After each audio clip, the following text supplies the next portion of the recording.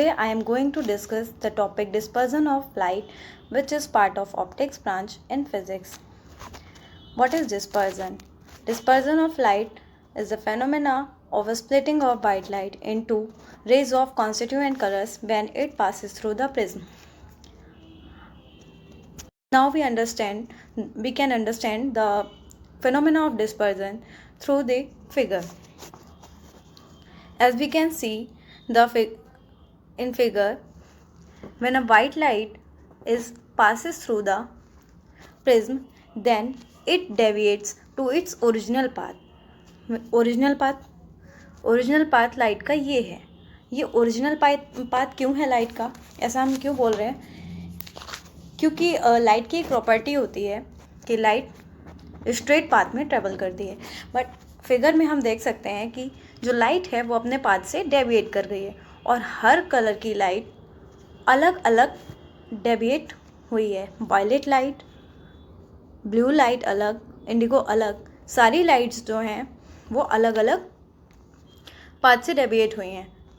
तो अगर हम यहाँ पर मैक्सिमम डेविएशन की बात करें तो वायलेट है और मिनिमम डेविएशन की बात करें तो रेड कलर का है. तो एंगल ऑफ डेविएशन को हम इससे डिनोट करते हैं, डेल्टा बोलते हैं इसको. वायलेट कलर के लिए एंगल ऑफ डेविएशन ये है.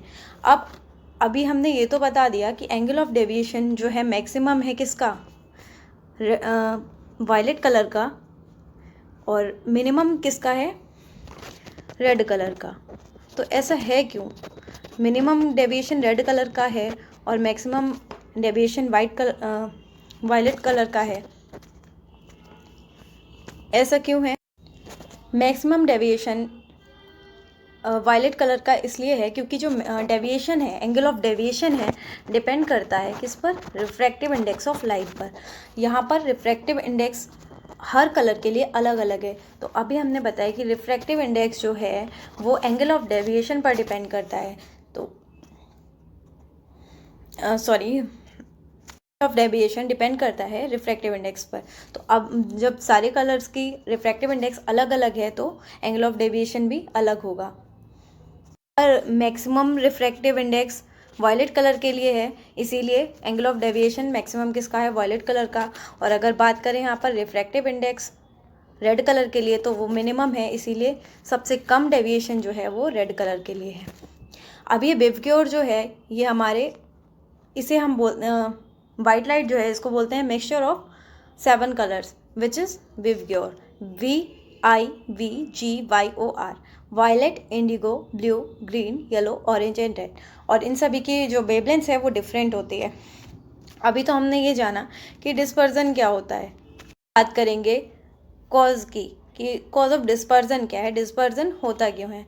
तो चलिए हम जानते हैं कि डिस्पर्जन क्यों होता है, इसका रीज़न क्या है. Cause of dispersion, basic cause of dispersion is that refractive index of material. Refractive index जो है मटेरियल ऑफ प्रिज्म की वो डिफरेंट होती है डिफरेंट कलर्स के लिए, और वेवलेंथ भी डिफरेंट होती है हर एक कलर की.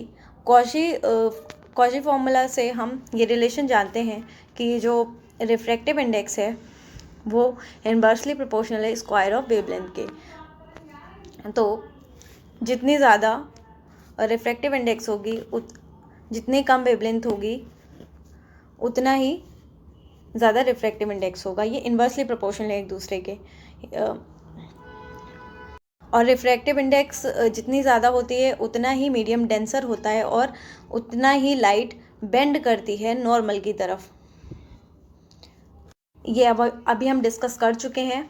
Due to different refractive index, जो रिफ्रैक्टिव इंडेक्स अलग अलग होती हैं इसीलिए एंगल ऑफ डेविएशन अलग अलग कलर का होता है. पर बात करेंगे कुछ एग्जांपल्स की. डिस्पर्जन ऑफ लाइट के एग्जांपल्स हैं हमारी डेली लाइफ से रिलेटेड, जिसमें सबसे अच्छा एग्जांपल है फॉर्मेशन ऑफ रेनबो.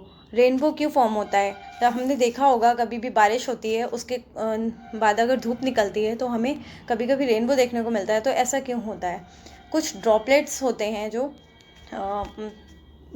पानी के, वो हमारे एटमॉस्फेयर में हैंग कर रहे होते हैं और जब भी सनलाइट पड़ती है उन पे तो ये डिस्पर्जन का फेनोमेना अराइज होता है. जैसे कि अभी हमने प्रिज्म के लिए समझा, सेम ऐसे ही ड्रॉपलेट्स में होता है सनलाइट पड़ने पर. ऐसे ही और भी एग्जांपल्स हैं। कॉम्पैक्ट डिस्क है, पेट्रोलियम स्पिल्ड ऑन वाटर है, जब भी पानी में पेट्रोल की बूंद पड़ने पर उसके बाद आपने उस पर लाइट देखी होगी तो डिफरेंट कलर्स दिखाई देते हैं और डिस्पर्जन के फेनोमेना की वजह से दिखाई देते हैं। ऐसे ही सोप बबल्स भी इसका एग्जाम्पल है। तो ये सारे हमारे डेली लाइफ से रिलेटेड डिस्पर्जन के फेनोमेना पर बेस्ड एग्जाम्पल्स हैं। Thank you.